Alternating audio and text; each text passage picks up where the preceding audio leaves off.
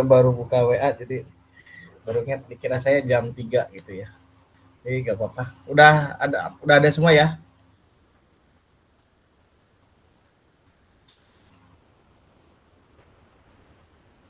Kita langsung mulai aja ya karena udah telat juga kuliahannya. Saya akan share screen terlebih dahulu.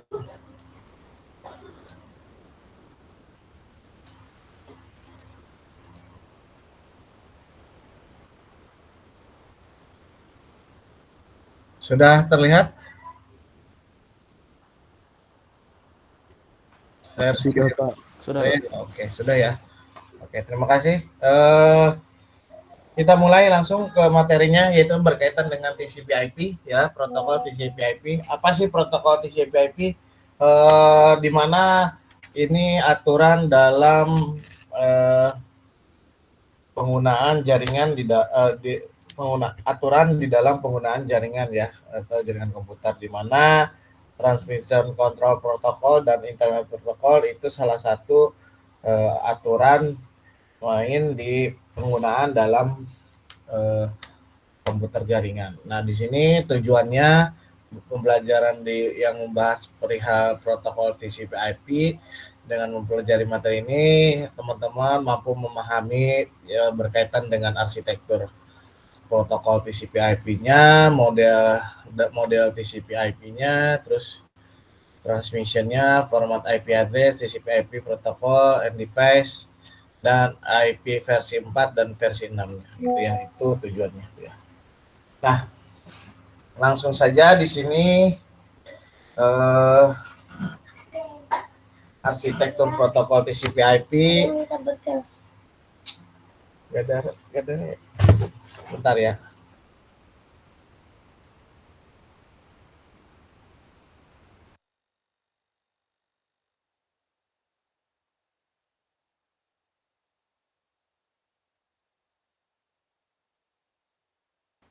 Oke, terus di mana arsitektur protokol TCP/IP ini standar dalam komunikasi, di mana diperlukan untuk dapat dimengerti ya oleh dua atau lebih perangkat atau end device ya, agar perangkat dapat berkomunikasi satu dengan yang lainnya, seperti halnya manusia, yaitu menggunakan bahasa agar dapat berkomunikasi dengan baik dengan manusia lainnya. Nah, istilah tersebut dikatakan sebagai sebuah protokol atau aturan dalam sebuah jaringan.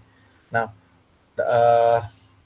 di mana protokol ini atau pada jaringan terdapat kumpulan perangkat protokol yang terdiri dari dua protokol utama, di mana ada TCP/IP atau merupakan sebuah singkatan, yaitu Transmission Control Protocol, dan Internet Protocol, atau yang dikenal kita biasanya IP address-nya berapa, terus dia menggunakan kelas berapa ya, routingnya seperti apa, dan bagaimana dan seperti apa gitu ya. Nah, itu salah satu aturan main di jaringan komputer gitu ya. Terus dengan adanya TCP/IP ini, komunikasi antar perangkat jaringan seperti komputer memungkinkan untuk terjadinya walaupun terdapat perbedaan karakteristik dari sisi software maupun hardware ya. Konsep 4 layer ini yang dikenal sebagai Department of Defense ya, DoD, merupakan model yang diikuti TCP/IP yang bertujuan untuk membuat sebuah jaringan yang mampu bertahan dalam setiap kondisi. Nah, hingga saat ini, atau dari awal TCP/IP ini ketemu sampai saat ini ya, TCP/IP ini dijadikan model dasar yang terus digunakan dan dijadikan standar sampai saat ini ya. Contohnya yaitu seperti internet yang dibuat menggunakan model TCP/IP. Nah, di dalam TCP/IP ini memiliki keunggulan dalam menggunakan protokolnya, diantaranya ada TCP/IP ya, TCP/IP ini adalah protokol standar terbuka yang diciptakan ya. Di sini ada beberapa keunggulan di TCP/IP ya. Jadi diciptakan secara bebas, tidak terikat dengan hardware dan operating system. Nah, berdasarkan hal tersebut, dukungan pada TCP/IP menjadi ideal dan luas untuk menghubungkan perangkat jaringan yang berbeda. Nah, selanjutnya keunggulan yang selanjutnya yaitu adalah TCP/IP memungkinkan untuk menyatukan berbagai jenis jaringan walaupun berbeda-beda, dia bisa saling berhubungan, bisa saling berkomunikasi dengan adanya aturan TCP/IP. Nah, beda kelas, beda IP itu bisa saling berhubungan. Gitu ya. Terus TCP/IP juga dapat digunakan pada DSL, dial-up, Ethernet, serta berbagai jenis media transmisi fisik lainnya. Ya. Terus keunggulan selanjutnya yaitu setiap perangkat yang menggunakan protokol TCP/IP ya mampu dikenali secara spesifik ya pada jaringan besar karena memiliki teknik pengalamatan yang baik. Tuh. Terus di sini ada application layer ya, di mana memiliki cara untuk program-program aplikasi dalam mengakses lingkungan OSI layer, di mana OSI layer ini sudah dibahas ya di pertemuan sebelumnya, waktu saya tidak bisa hadir ya. Terus pada lapisan ini terdapat fungsi-fungsi manajemen serta beberapa mekanisme yang berguna dalam mendukung aplikasi-aplikasi yang telah didistribusikan. Nah, selain itu, aplikasi yang umum seperti email, file transfer, terminal akses pada program komputer ditempatkan pada lapisan ini. Ya, jadi application layer ini memiliki fungsi untuk mengelola masalah representasi data atau dialog kontrol dan proses encoding ya. Nah, yang dapat memungkinkan komunikasi antar aplikasi jaringan dapat terjadi.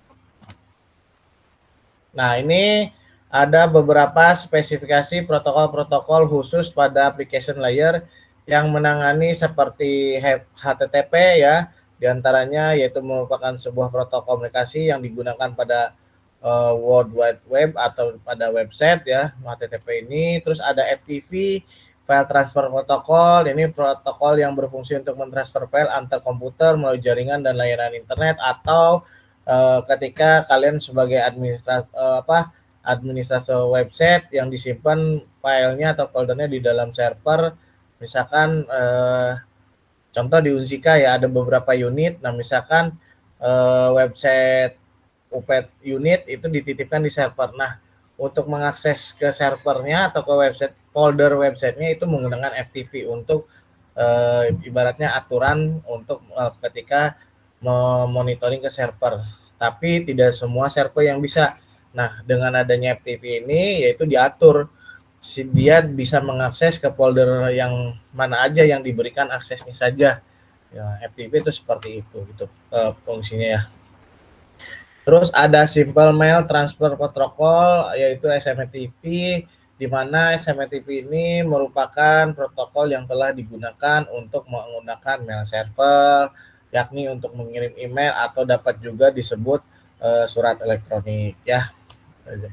Mail server itu ya ketika kalian mengelola bikin email server sendiri gitu tanpa menggunakan Google Drive yang dari atau email yang Google yang bawaan dari Google ya. Terus selanjutnya Telnet ya merupakan protokol yang digunakan untuk dapat logon ya ke dalam sebuah host jaringan ya dari jarak yang cukup jauh atau menggunakan remote ya. Dengan adanya Telnet, user dengan perangkat yang digunakannya mampu melakukan pengoperasian program dari jarak jauh sehingga mempermudah dalam si administrasinya. Itu ya. Jadi Telnet ini untuk ya salah satu contohnya meremote sebuah server, meremote sebuah komputer klien dan sebagainya. Gitu. Terus selanjutnya yaitu ada DNS, Domain Name System, di mana sebuah protokol serta layanan pada sebuah jaringan TCP/IP yang memiliki fungsi ya untuk pengguna jaringan menggunakan nama-nama website tanpa harus menggunakan alamat IP ya. ya, sehingga mempermudah dalam mengakses halaman situs websitenya. DNS ini memiliki tugas menerjemahkan alamat IP menjadi nama situs. Contoh ya, teman-teman, sebelum adanya DNS, ketika kita mau mengakses sebuah website itu menggunakan IP ya, IP public. Contoh di sini ada 14 gitu. Nah ini dulu itu ketika mau mengakses website gitu ya. Ini misalnya contoh website LK21 gitu ya. Dia menggunakan IP tanpa menggunakan nama gitu. Atau IP publik lainnya ya, sehingga ketika belum adanya DNS ya, ketika mengakses sebuah website yaitu menggunakan IP publik seperti itu. Nah, DNS ini ya di jaringan itu sangat dibutuhkan untuk tadi yang tadinya angka dirubah menjadi nama, sehingga untuk mempermudah si klien mencari si alamat tersebut gitu ya.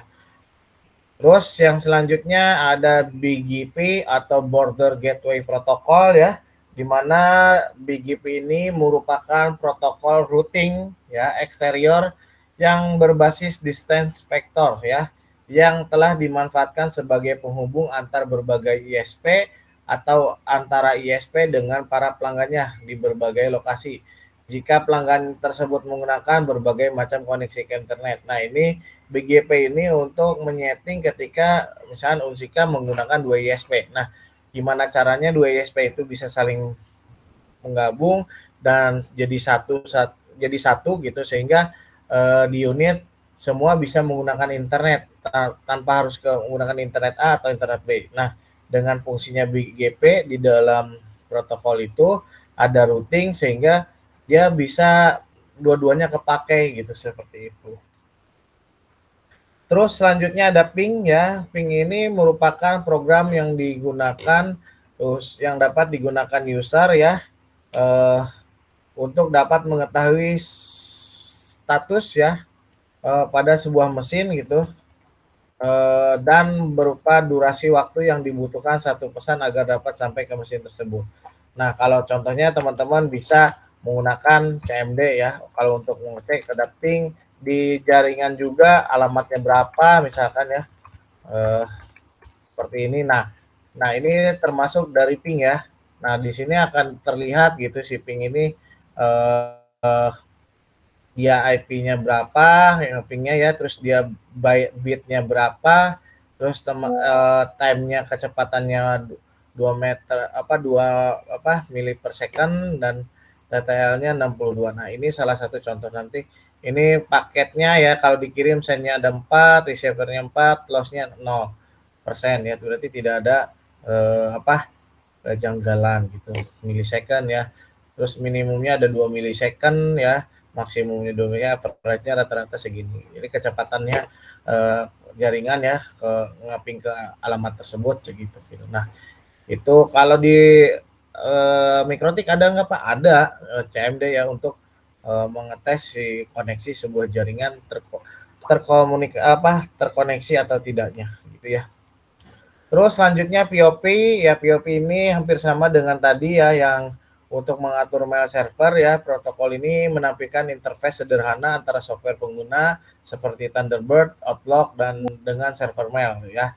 Atau POP ini memiliki fungsi dalam mendapatkan email dari server agar software pada klien dapat dikelola kotak pesannya gitu.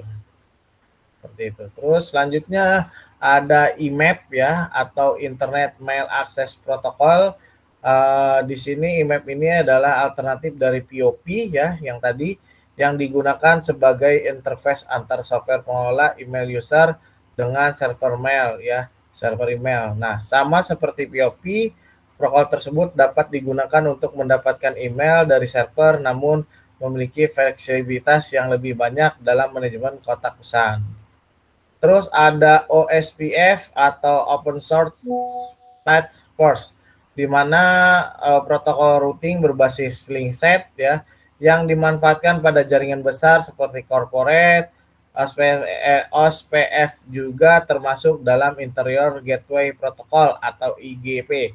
Nah, di mana OSPF ini untuk mengatur sebuah jaringan yang ada di dalam sebuah mikrotik. Dia merouting menggunakan OSPF untuk mengatur si jaringan tersebut. Terus ada SSL, Source Secure Socket Layer ya, atau bisa dikenal dengan TLS ya. SSL ini berfungsi dalam memberikan mekanisme berkomunikasi yang aman pada internet. SSL ini menggunakan kriptografi public key. Aplikasi SSL ini yang sering dijumpai oleh HTTP over SSL yang biasa kita kenal dengan HTTPS atau TLS ya, merupakan sebuah versi baru dari SSL. Nah, SSL ini untuk mengamankan sebuah komunikasi di dalam sebuah website ya. Contoh ketika kalau kalian mengakses website ada gambar gembok gini ya, berarti si gambar gembok ini SSL ini aktif gitu ya. Berarti sudah ada SSL-nya. Nah, kenapa di jaringan ada, di dalam jaringan juga harus ada SSL-nya ya, untuk memfilter atau mencegah terjadinya adanya lubang di dalam sebuah jaringan gitu, atau dalam website. Gitu. Terus selanjutnya ada NTP ya, Network Time Protocol, di mana merupakan protokol yang paling sering dipakai untuk mensinkronkan waktu pada perangkat seperti ponsel, komputer, dengan waktu yang terdapat pada server melalui internet. Nah, terus tracer route merupakan sebuah perintah ya, yang dipakai untuk memberikan petunjuk rute yang diambil oleh sebuah paket yang telah berjalan dari mesin lokal ke mesin yang dituju. Nah, pada sistem operasi Linux ini terdapat perintah tracer route ya, sedangkan pada sistem operasi Windows perintahnya adalah tracer, di mana tracer route ini atau tracer ini untuk memonitor mencari atau memberikan perintah terkait memberikan solusi jaringan yang mana alurannya yang baik dan yang padat dan tidaknya. Jadi dia merekomendasikan seperti itu di dalam routingnya. Terus selanjutnya yaitu ada transport layer ya. Lapisan ini terdapat layanan untuk mengirimkan data yang berasal dari sumber ke tujuan dengan langkah menciptakan koneksi logika antara kedua perangkat. Nah, lapisan transport ini bertugas memecah dua, lalu merancang lagi data yang diterima dari lapisan aplikasi ke aliran data yang sama antara sumber dan pengiriman data. Nah, TCP dan UDP ini merupakan kedua buah protokol dari transport layer. Nah, reliabilitas data orientasinya berfokus pada TCP-nya ya, sedangkan kecepatan dalam pengiriman data merupakan orientasi yang berfokus pada protokol UDP-nya. Nah, itu ada di transport layer. Terus selanjutnya yaitu ada internet layer ya.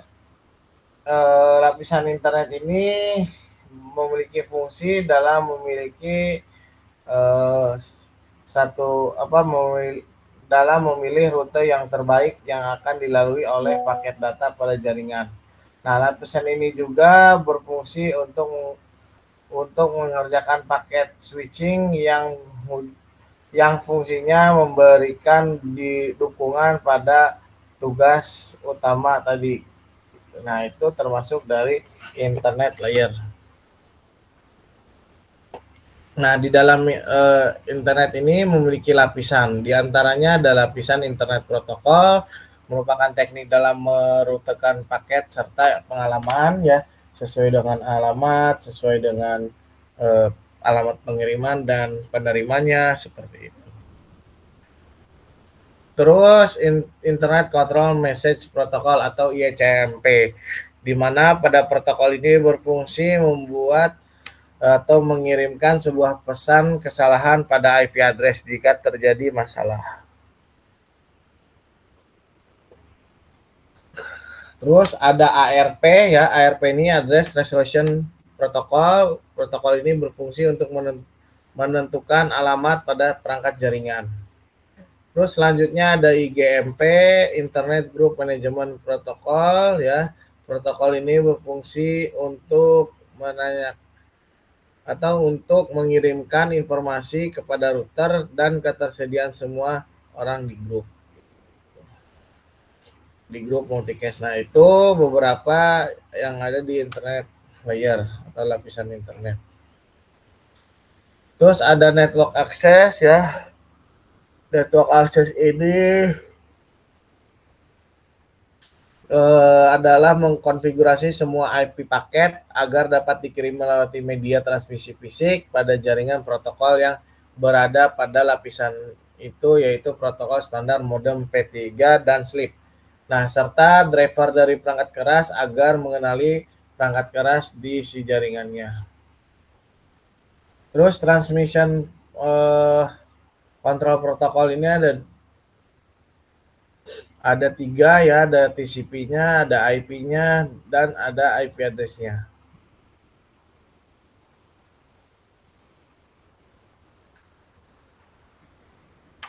Selanjutnya yaitu transmission protokol ya, di mana transmission protokol ini, TCP ini sebagian dari TCP IP yang digunakan beriringan dengan internet protokol.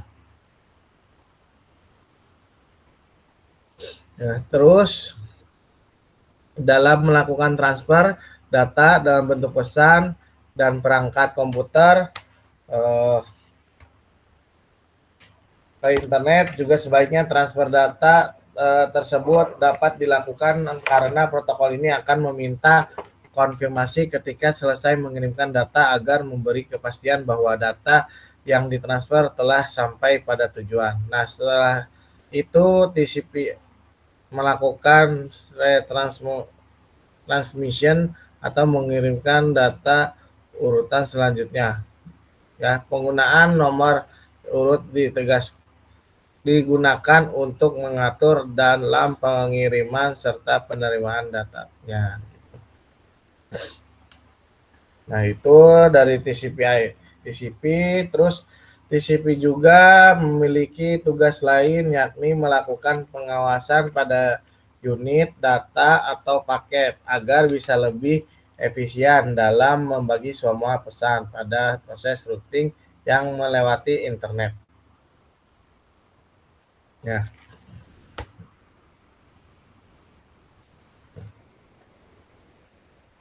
Terus protokol ini juga memiliki tugas untuk mengirimkan data dengan benar antara pengirim ke tujuannya, di mana protokol transmission control protokol ini juga memiliki tanggung jawab dalam pendekatan jika terjadi kesalahan atau kehilangan data dan melakukan pengiriman ulang sampai data yang benar-benar sampai dalam keadaan utuh. Nah, terus layanan seperti bit, stream service, reliable, dan connection oriented terdapat juga di dalam TCP.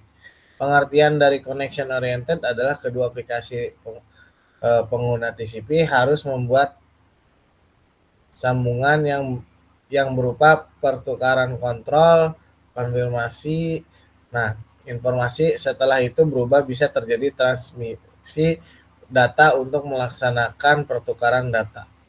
Lalu reliable memiliki arti bahwa TCP menerapkan proses dalam melakukan deteksi keahlian. Nah, dari paket itu lalu melakukan retransmission atau transmisi ulang secara saat terjadi kesalahan atau kegagalan dan maksud dari byte stream service ya, yaitu di paket akan dikirim dan akan sampai pada tujuan seusian urutan.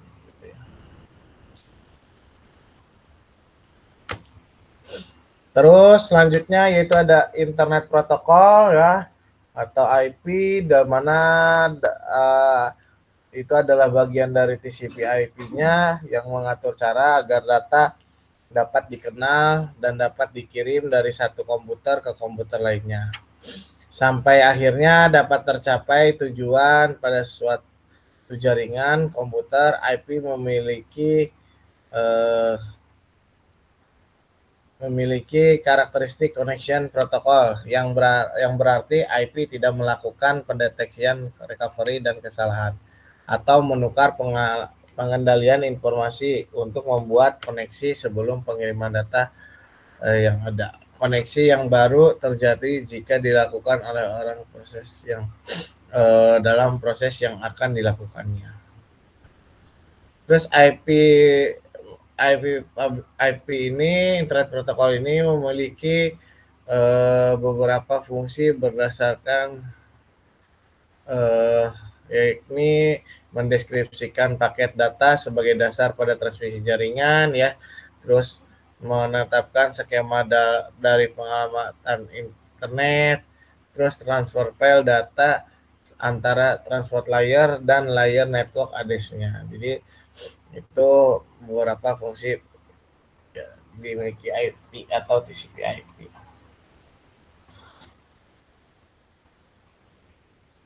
Terus selanjutnya yaitu ada IP address ya. IP address ini terdapat 4 buah oktet pada alamat IP atau IP address. Nah, oktet ini merupakan bilangan biner ya sebanyak 8 bit, 8 bit, terus 255 merupakan nilai desimal terbesar dari 8 bit bilangan biner ya. Dengan demikian IP address memiliki jumlah yang sangat banyak alamat ini masih perlu dibagikan lagi untuk pengguna internet di seluruh dunia. Untuk mempermudah agar skema pembagiannya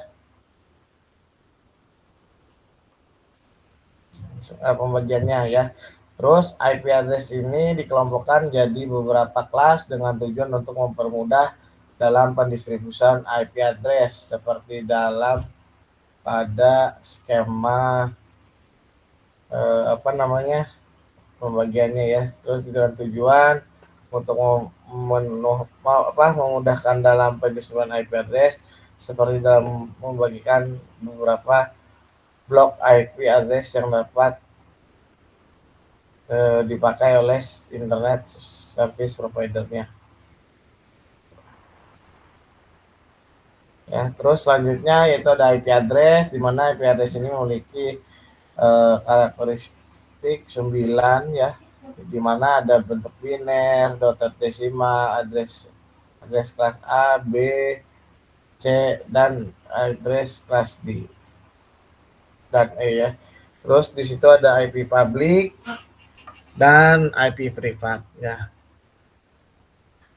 Nah, terus di sini ada bentuk biner IP di mana IP address merupakan bilangan biner yang jumlahnya sebanyak 32 bit dan bentuk penulisannya setiap 8 bit dipisahkan dengan tanda terbaik.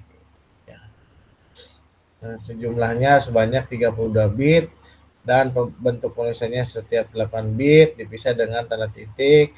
Setiap 8 bit tersebut semua disebut dengan oktet. Di bawah ini merupakan bentuk dari alamatnya. Nah, di mana pada contoh di atas ada triple X-nya ada 5 ya, 6 bahkan itu terus sama juga di kedua dan ketiga. Terus nanti kamu mau ibaratnya penghitungan 8 bit ini penghitungan contoh di atas dapat diganti dengan angka biner, yaitu ada 0 dan 1 seperti contoh berikut di bawah ini. Nah, di situ penulisan IP address di zaman dulu sebelum mengenalnya IP public, IP privat, dan IP address itu menggunakan angka biner ya. Ada di sini ada 0. Nah, 0, 0, 0, 1, 1. 0 berarti dia angka berapa. Terus selanjutnya 11110100 itu bisa dari diterjemahkan ke IP-nya dan seterusnya. Nah, sehingga bentuk biner seperti ini gitu penulisan IP-nya, tidak yang sekarang 192.168 sekian. Terus bentuk dotted desimal, notasi IP address ini atau penulisan pada alamat IP yang menggunakan bentuk biner akan sulit untuk dibaca atau sulit untuk dipahami. Agar dapat mempermudah dalam membaca dan menuliskannya, IP address biasanya dituliskan dengan bentuk 4 bilangan desimal yang dipisahkan dengan titik, itu yang dipisahkan dengan titik. Nah, terus penulisan seperti itu disebut dotted decimal notation, yang berasal berarti notasi dengan desimal bertitik. Nah, setiap bilangan desimal yang tadi ditulis sebagai perwakilan 8 bit ya telah direpresentasikan dengan notasi dotted desimal. Nah, di bawah cara penulisannya ya dotted desimal yang tadinya angka biner dirubah ke angka. Nah, tapi IP-nya seperti itu. Ya. Terus agar tercapainya kebutuhan jaringan yang berbeda oleh setiap user, maka IP address telah dibagi menjadi beberapa kelas, di mana yaitu dari kelas A hingga atau sampai dengan kelas E. Terus IP address kelas A nih ya baru disebutkan dengan jumlah yang sangat besar karena kelas tersebut tersedia alamat IP-nya sangat banyak ya. Pada setiap segmen ya jaringan, setiap alamat IP kelas A akan mempunyai awal nilai 0 sampai dengan 127.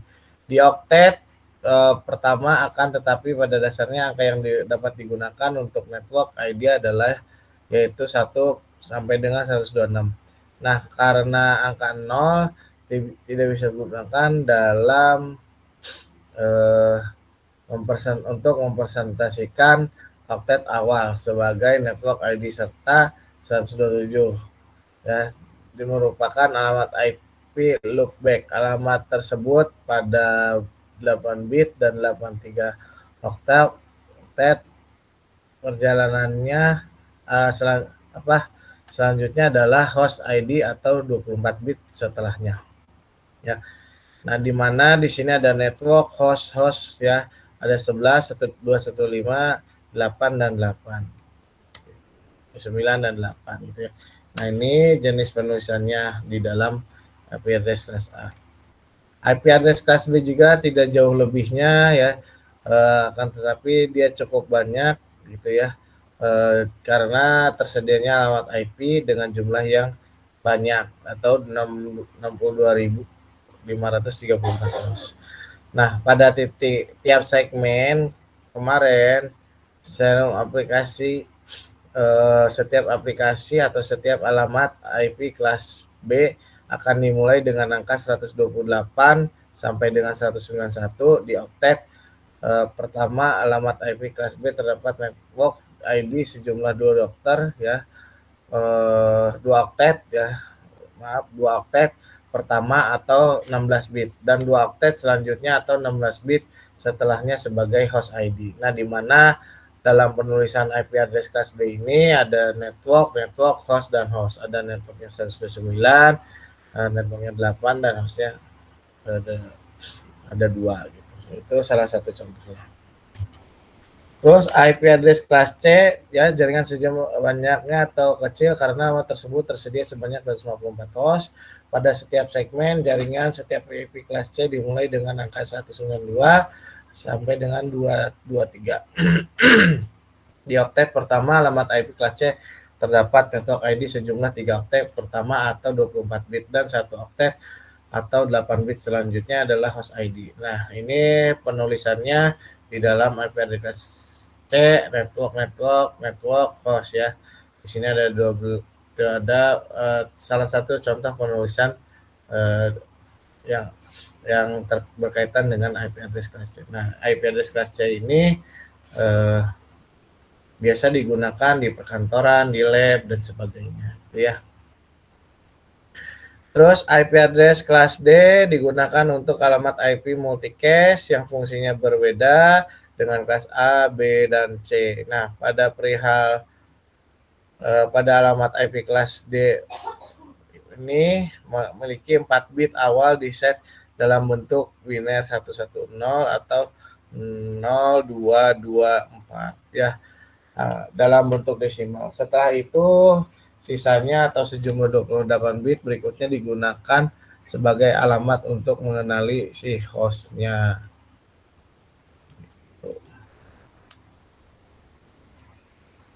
Terus lanjut yaitu di IP address kelas E ya, di mana merupakan alamat yang digunakan untuk alamat percobaan atau eksperimen atau juga disiapkan untuk dipergunakan di masa yang akan datang ya, atau 4 bit pertama kali kelas F disebut atau di set dalam dalam bentuk buruk biner ya, 114 kali atau 840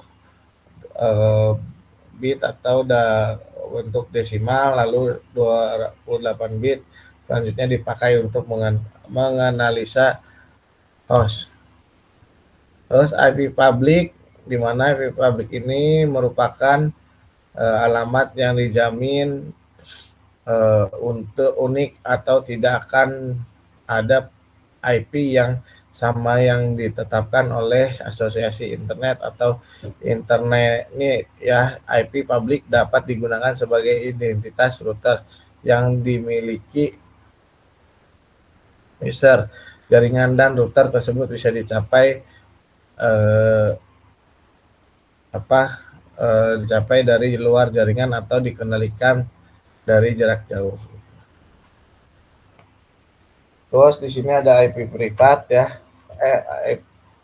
IP public dulu. Nah, IP public ini udah ya. Nah, jadi IP public ini seperti pengalamatan website menggunakan IP public sebelum adanya DNS. Nah, setelah adanya DNS bahwa IP public ini bisa diakses dari luar, gitu, atau dari jarak jauh. Terus selanjutnya yaitu ada IP privat ya. IP privat ini pada setiap perangkat jaringan atau host juga membutuhkan IP address yang berbeda dengan IP public. User jaringan atau satu kelompok yang memiliki jaringan LAN di setiap kantor, dia menggunakan IP class sehingga ketika akan melakukan pembagian internet,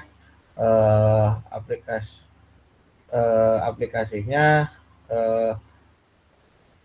ketika si jaringan LAN A-nya itu IP-nya sekian, jaringan B IP-nya sekian, dengan pengen dihubungkan dengan internet, maka si admin akan mengatur di sisi server di dalam sebuah jaringan atau di dalam routernya sehingga IP yang berbeda dengan IP internet tetap bisa berkomunikasi dalam jaringannya gitu. Nah, itu salah satu contoh IP privat. Nah, IP privat ini yang fungsinya untuk menghemat dalam penggunaan IP public dengan memanfaatkan IP privat dan IP public dalam menghubungkan keduanya, maka jaringan dibutuhkanlah perangkat yang bernama router. Nah, router inilah yang untuk mengatur setiap kelasnya, setiap entitasnya, sehingga semuanya saling terhubung satu sama lain. Gitu ya. Terus ada IPv versi 4 dan IPv versi 6, di mana adalah kode yang digunakan oleh mesin untuk menemukan satu sama lain di internet. IPv4 dan IPv6 ini adalah dua generasi protokol internet, di mana IPv4 ini generasi 4 sebagai singkatan dari protokol internet versi 4 dan IPv6 ya, bentuk protokol internet protokol versi 6 gitu. Di mana di Jepang ini terkait itu dia sangat baik ya dalam pengolahan letak IP-nya ya, sehingga IPv4 ini adalah salah satu protokol inti metode antar jaringan berbasis standar di internet dan merupakan versi pertama yang digunakan untuk produksi di ARPANET ya, pada tahun 1983. IPv4 ini menggunakan bidang ya, alamat, sumber, dan tujuannya di 32 bit yang membatasi ruang alamat hingga 43 miliar alamat. Keterbatasan tersebut hanyalah bohong ya, kebanyakan seperti itu.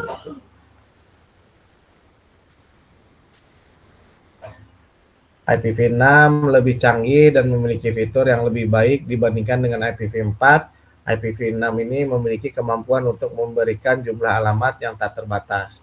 Nah, IPv6 ini menggantikan IPv4 untuk mengakomodasi semakin banyak jaringan di seluruh dunia dan membantu memecahkan masalah habisnya alamat IP versi 6 dikembangkan oleh Internet Engineering Task Force, di mana IPv4 ini IP publiknya sudah habis ya sebenarnya, semuanya sudah di booking oleh si provider yang ada ya, sehingga IPv4 ini IP-nya sudah habis. Nah, dengan adanya versi 6 maka sehingga panjang bitnya lebih panjang ya, lebih baik dan lebih panjang gitu.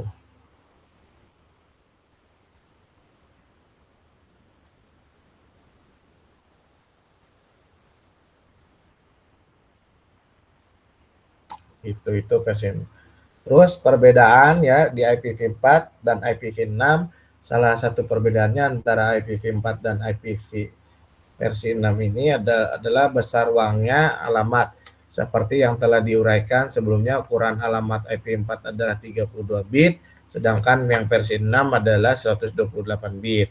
Nah, dari perbedaan ruang alamat mereka, maka tampilan IPv4 itu terlihat berbeda dengan IPv6 ya, muncul sebagai 4 angka desimal, bitnya 1 dipisahkan oleh titik. Contoh di sini 192, 168, 1.1 seperti itu ya. Terus dan alamat ya, IPv versi 6 ini muncul sebagai angka heksadesimal yang dipisahkan oleh titik 2. Misalnya seperti ini. Nah, itu lebih panjang dan lebih ribet dalam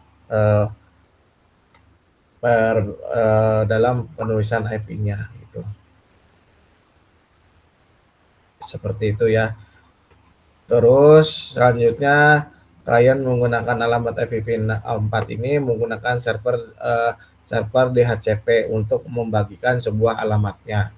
Nah, untuk membuat alamat setiap kali mereka masuk ke jaringan. Nah, proses penetapan alamat ini disebut konfigurasi otomatis yang stateful. Nah, di IP versi 6 ini juga dia mendukung aturan DHCP ya, tapi di mana aturan protokolnya dia menggunakan versi 6-nya yang direvisi yang mendukung konfigurasi otomatis yang stateful dan mendukung konfigurasi otomatis not tanpa status. Gitu.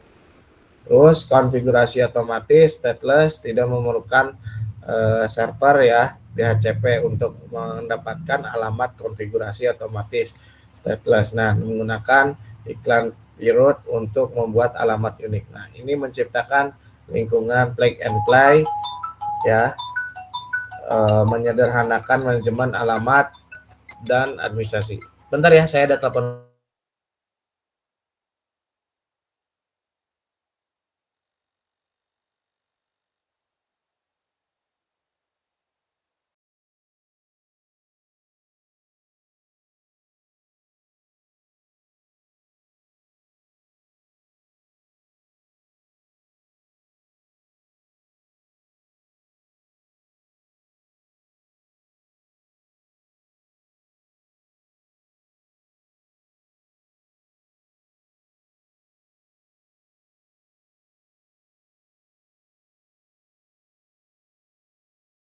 Di IP versi 6 ini ya, juga memungkinkan konfigurasi alamat otomatis dan konfigurasi ulang. Kemampuan ini memungkinkan administrator untuk menomor ulang alamat jaringan tanpa mengakses semua kliennya.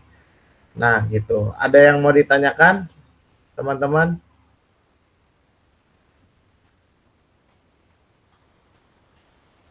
Ada yang mau ditanyakan nggak kira-kira?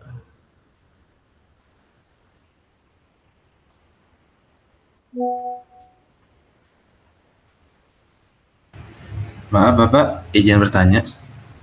Ya, boleh, Hengki. Enggi mau nanya ini Pak, soal tugas jurnal itu Pak, yang UTS. Oh ya, boleh. Bentar Pak.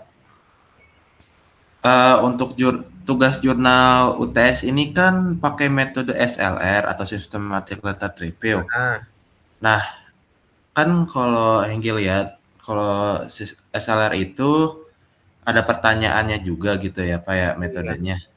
Nah, kan ini tuh sekaligus nge-review juga atau gimana ya Pak? Kan kalau nge-review juga ada kelebihan dan kekurangannya Pak. Gimana ya Pak maksudnya? Jadi, ini gini, cari dulu jurnalnya yang berkaitan dengan jaringan komputer, bebas ya. Nah, dari jurnal yang ada, Hengki itu review, dianalisis jurnalnya ya, kelebihan, kekurangannya, semuanya, metodenya dan sebagainya. Pokoknya dia pakai metode apa, terus dia pakai parameter apa. Misalkan dia pakai QoS-nya dia ngujinya berapa parameter yang dia uji, terus dia berapa klien yang dia uji. Nah, setelah itu analisis, semuanya dikumpulkan. Nah, lalu hasil review tersebut Hengki bikin paper berbentuk SLR ya. Nah, SLR itu dari hasil analisis tersebut dibuat dalam bentuk paper gitu. Pertanyaan SLR sudah ada aturannya kok di SLR-nya gitu ya. Oke, baik Pak. Lalu Pak, satu lagi. Ya. Itu kan dari 30 jurnal. Ya. Itu tuh semuanya gitu diadain untuk dari kelebihan, kekurangan, lalu buat nanti pertanyaan SLR-nya itu dari 30 jurnal yang kita review itu ada atau gimana Pak? Ya ada, pasti ada ya. Dilihat ada contohnya. Sudah pernah lihat jurnal yang berkaitan SLR nggak? Kemarin sih Pak, baru Hengki cuman nemu apa ya, kayak ya sih nemu gitu contoh jurnalnya. Tapi masih kurang jelas aja Pak kalau buat ke jaringan komputer gitu Pak. Ya sebenarnya intinya sih lebih ke menganalisa jurnal yang ada, terus dibikin analisanya. Ternyata contoh gini ya, ternyata dengan metode A dengan pengujian A gitu ya, ternyata menghasilkan seperti ini. Nah, intinya sih mengcompare semua metode dan pengujian yang hasil analisis yang Hengki lakukan terhadap jurnal-jurnal yang ada gitu. Nantinya memberikan sebuah analisa di dalam paper baru tersebut. Itu sih Hengki. Gitu ya. Baik Pak, baik Pak. Banyak kok terkait apa kalau terkait systematic literature review ini gimana caranya penjelasan komprehensifnya tentang metodologi penelitiannya ya, terus contoh kasus utamanya seperti apa, contoh-contoh kasus bidangnya di dalam jaringan itu banyak gitu. Contohnya banyak sih di dalam paper gitu. Nah, tahapan SLR tuh berarti ada planning, ada conducting, ada reporting ya. Nah, di dalam planning itu berarti Hengki melakukan research question ya, bagian awal dan dasarnya berjalannya SLR ya. Nah, di situ bisa entah dari population-nya, ada intervention-nya, comparison-nya seperti apa, outcome-nya seperti apa, konteksnya seperti apa gitu ya. Nah, ada planning, terus banyak lah. Terus terkait conducting-nya ya, tahapan conducting itu yang berisi pelaksanaan dari si SLR-nya di mana seharusnya sesuai dengan protokol SLR-nya ya. Nah, jadi dimulai dari penentuan keyword-nya, pencarian literaturnya ya. Nah di mana di dalam conducting itu banyak tahapannya gitu ya. Apakah proses analisis data sudah tepat dilakukan, apakah juga dilakukan analisis residual dan sensitivitasnya, dan banyak hal lagi, atau terus seberapa baik komparasi metode yang dilakukan, seberapa besar ukuran dari dataset yang digunakan dalam penelitiannya gitu. Seperti itu ya.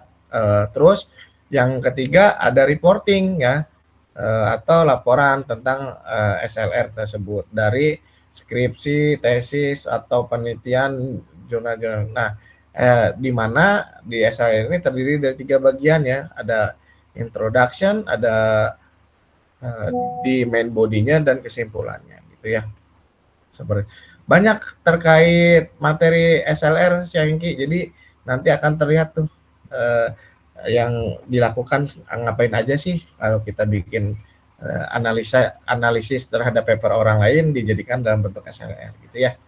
Itu juga termasuk dari penelitian, Hengki, belajar untuk meneliti gitu ya. Nanti Hengki coba searching aja terkait SLR ya, Hengki. Iya Pak, tapi buat SLR kalau yang kemarin cari-cari gitu dari beberapa hari yang lalu, kayak SLR di Engki kan untuk topik pertamanya itu kan tentang virtualisasi, tapi nggak ada sih Pak yang kayak ada langsung SLR-nya gitu. Ya, jarang, soalnya SLR itu dia menganalisis doang sebenarnya. Jadi contoh nih ada nih, kalau saya sebenarnya bentar. Ini kalau jurnal saya berkaitan SLR tuh nih, bentar. Mana ya?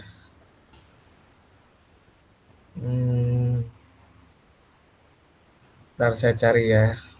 Baik Pak.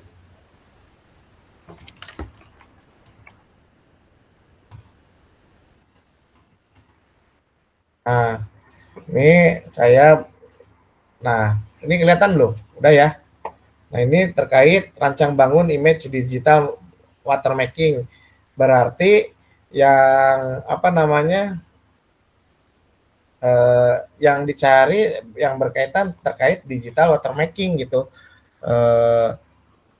Cari jurnalnya gitu ya, rancang bangun image digital. Nah nanti analisisnya ya, metodenya bisa seperti ini. Itu ada planning, conducting, reporting. Pasti SLR metode penelitiannya seperti ini ya. Terus nanti research question-nya apa yang dimaksud dengan watermarking, mengapa perlu melakukan, mengapa metodenya ini, dan sebagainya. Nah nanti dari koalisi itu ada pertanyaan dari hasil dari tersebut, ya, data collection-nya, ya, data analisisnya, dokumentasinya. Nah dari hasil ini, nah ini kan ada beberapa jurnal ya, tipe jurnalnya, ada jurnal entry tahunnya, terus jumlah papernya yang dipakai. Di sini ada 19 ya, dia menggunakannya. Terus hasil kualitinya ya dia QA1-nya. Nah tadi QA1 kan ada tuh pertanyaannya, ini apakah ada ya atau tidak, hasilnya seperti apa, dianalisis. Ini judul-judulnya ada nih. Nah seperti ini itu Hengki ya. Kalau Hengki pengen contoh, ini kan, tapi ini bukan tentang jaringan ya, ini tentang keamanan multimedia ya, di bagian digital watermarking. Terus nanti dari hasil-hasil yang ada, dari pertanyaan-pertanyaan ada, menghasilkan sebuah analisa menurut Hengki ya, menurut Hengki, karena Hengki yang yang menelitinya, yang menganalisanya. Nah nanti ada menghasilkan kesimpulan gitu ya, image digital merupakan penting ya, otentik dan sebagainya. Nanti yang membahas terkait watermarkingnya. Kalau di jaringan berarti tadi Hengki terkait virtualisasinya ya. Berarti yang dibahas ya terkait virtualisasinya di dalam sebuah jaringan itu seperti apa. Gitu ya Hengki ya. Bagaimana di dalam jaringannya. Paham ya Hengki ya? Ya Pak, baik Pak, paham Pak. Terima kasih Pak. Nanti kalau kurang paham ya nanti pelajari aja. Hengki buka aja jurnal yang saya di Scholar ya, ada contohnya kok,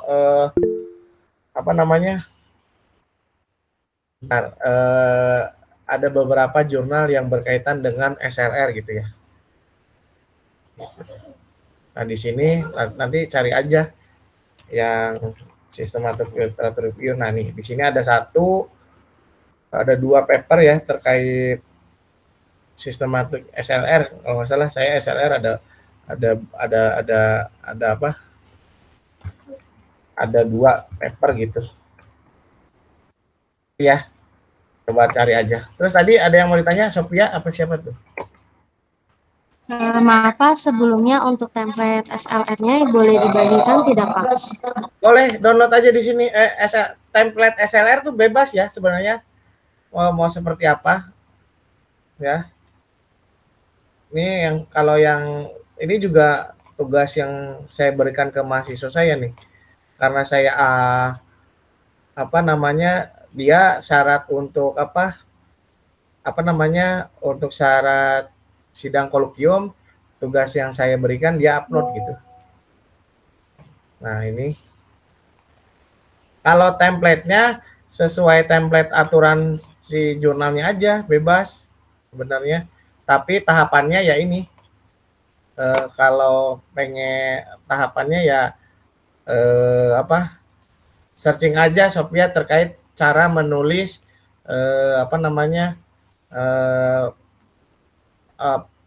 jurnal dengan metode systematic literature review. Nanti keluar kok cara penulisannya seperti apa yang harus disiapkan saja, kebutuhannya apa saja gitu. Gitu ya, Sophia. Kalau enggak lihat paper yang saya aja yang ini. Izin bertanya lagi Pak, maaf suaranya. Ya, boleh. Kan kemarin saya chat Bapak itu boleh lebih dari satu masalah ya, 2-3 masalah. Ya. Terus bisa juga referensinya itu dari e-book. Nah, nanti dimasukin ke review SLR ini nggak apa-apa Pak yang tadi dari e-book atau misalnya dari referensi lain? Nggak apa-apa. Ini juga banyak kan ya. Ada implementasi watermarking pada citra menggunakan metode split setrum. Jadi utamanya terkait watermarkingnya yang diambil. Ininya berbeda pun bebas gitu terus ya. Tuh di sini ada judulnya juga beda. Transfer untuk effort ya. Terus teknik penyampaian data informasi pesan, citra digital, metode LSB. Tapi tuh rancang bangun watermarking ya. Nah, beda-beda tapi hampir rata-rata watermarking. Tapi misalkan beda-beda. Yang penting isinya yang mendukung si dalam penelitian tersebut gitu. Kayak ini kan teknik penyembunyian dan enkripsi pesan pada citra digital dengan kombinasi metode LSB dan SA. Dia tentang watermarkingnya tidak ada, tapi di dalam materinya ada yang berkaitan yang mendukung materi terkait watermarking. Itu ya Sophia. Oke baik Pak, jadi yang terpenting walaupun lebih dari 2 atau misalnya 3 masalah juga, tapi yang penting nyambung sama judul ya Pak? Iya, tidak harus sama dengan judulnya. Oke baik Pak, terima kasih. Ya, sama-sama. Ada lagi yang mau bertanyakan? Teman-teman?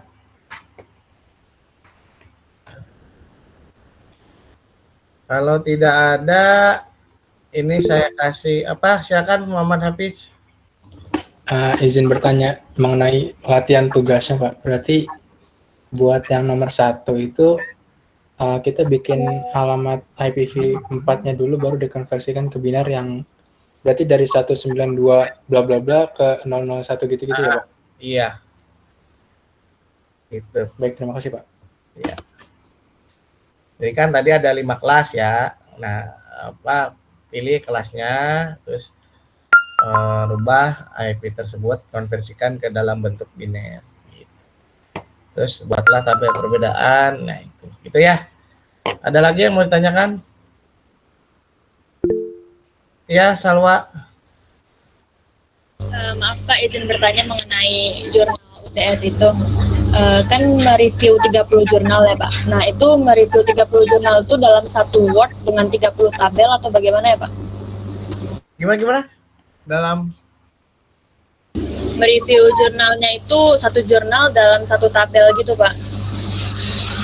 Iya, pokoknya 30 jurnal itu ya dianalisis, direview, nanti hasil analisis itu menghasilkan sebuah hasil analisis baru gitu. Berarti nanti mengumpulkan UTS-nya itu dalam 3 file dimasukkan dikelompokkan dalam RAR atau berapa file ya, Pak? Jadi file pertama, ada file pertama terkait jurnal SLR-nya yang dibuat ya. Terus file yang kedua kumpulan jurnal yang dianalisisnya. Paper-paper yang dianalisisnya dikumpulkan. Terus di folderin ya. Dipisahkan misalkan folder 1 itu paper SLR-nya, folder 2 paper si analisisnya yang 30 paper, terus di satu folder dibikin RAR gitu, nanti diupload di Classroom-nya, di Google Classroom-nya gitu. Nanti link penguploadannya kan sudah ada nih di sini. Ya, tinggal diupload di sini dalam bentuk RAR aja. Di sini. Nah, gitu ya. Oke, baik Pak. Terima kasih. Oke, sama-sama. Ada lagi yang mau ditanyakan? Ya, Hengki, silakan. Mau nanya lagi, Pak. Maaf. Ya, berarti dari 30 jurnal itu kan ya, Pak ya, semisalnya Hengki cuma misalnya Hengki cuma satu masalah gitu, Pak, dari 30 jurnal. Nah, itu tuh bukan dirangkum gitu kan, Pak ya. Jadi kita analisis dari 30 jurnal itu lalu dijadikan satu aja gitu ya, Pak. Jadi kita nggak perlu dari 30 jurnal kita ngerangkum satu-satu dari jurnal-jurnal itu dijadikan satu gitu ya, Pak ya? Enggak, iya. Dianalisis, jadi direview, dianalisis, baru ditumpahkan dalam bentuk penelitian. Jadi ditumpahkan dalam penelitian itu ditumpahkan analisis dari Hengki gitu. Dari 30 jurnal itu dianalisis yang tampilannya seperti tadi gitu. Nih.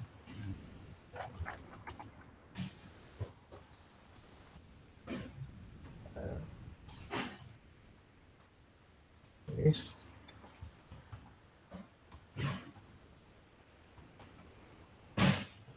Ini. Nah, tinggal setting aja ya. Nah, di sini tinggal setting banyak kok ya tips and triknya. Nah, di sini ya ada banyak ya cara membuat paper SLR ya. Tuh, tips and triknya ada tuh. Mencari literatur yang relevan, memilih sumber yang spesifik ya.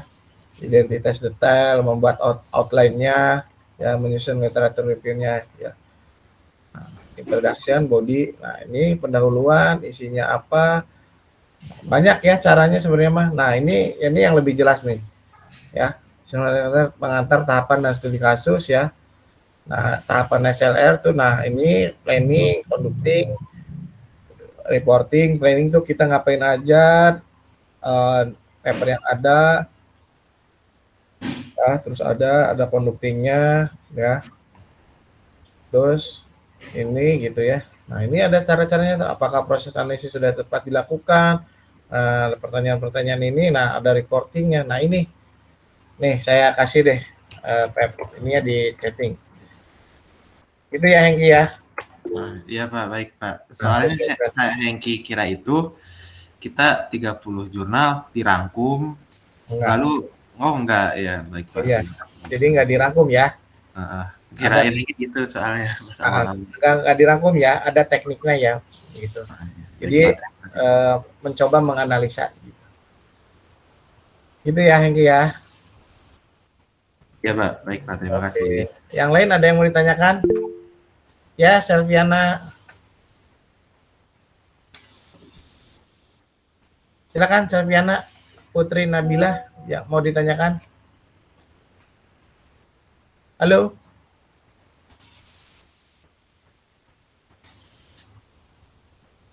Selviana.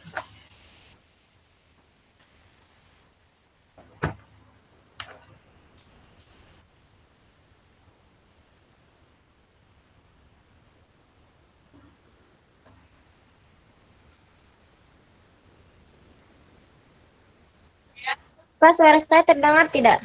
Terdengar. Ya, izin masuk ya Bapak. Ya. Jadi mengenai tugas yang sekarang itu subnet marks-nya dihitung manual tidak ya Pak? Apa? Untuk tugas yang sekarang subnet marks-nya itu dihitung manual tidak ya Pak? Ya, dihitung manual. Ya. Boleh. Jadi dimasukkan ke dalam laporannya itu ya Pak? Iya, dimasukkan dalam laporan. Nah, ya baik Pak. Untuk deadline-nya itu kapan Pak? Seminggu. Seminggu. Baik Pak, terima kasih. Ya, sama-sama.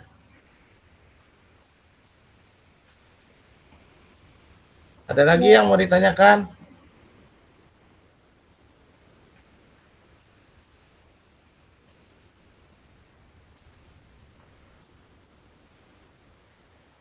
Halo. Yang lain ada lagi? Ya, silakan Muhammad. Izin bertanya Pak, buat perhitungan Ya, tangan. ya Muhammad, kurang jelas suaranya gimana? Untuk yang nomor 1 itu perhitungannya yang konversi ke biner itu ditulis tangan atau diketik juga Pak? Diketik aja boleh, nggak usah ditulis tangan, diketik aja lewat komputer. Baik, makasih Pak. Ya.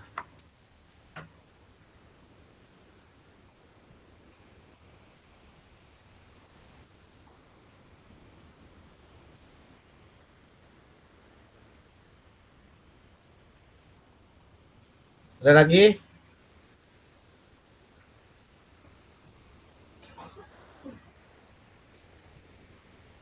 Lagi yang mau ditanyain? Dari saya cukup sih Pak. Oke. Cukup Pak. Oke.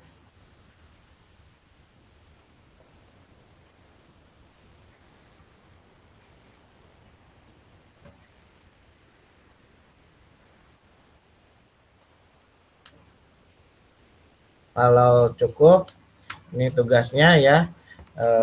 Terima kasih teman-teman atas perhatiannya. Mohon maaf tadi ada keterlambatan ya. Terima kasih. Saya ucapkan sampai ketemu di minggu depan lagi. Saya tutup. Terima kasih. Assalamualaikum warahmatullahi wabarakatuh. Waalaikumsalam warahmatullahi wabarakatuh. Terima kasih Pak. Terima kasih Pak. Terima kasih. Sama-sama.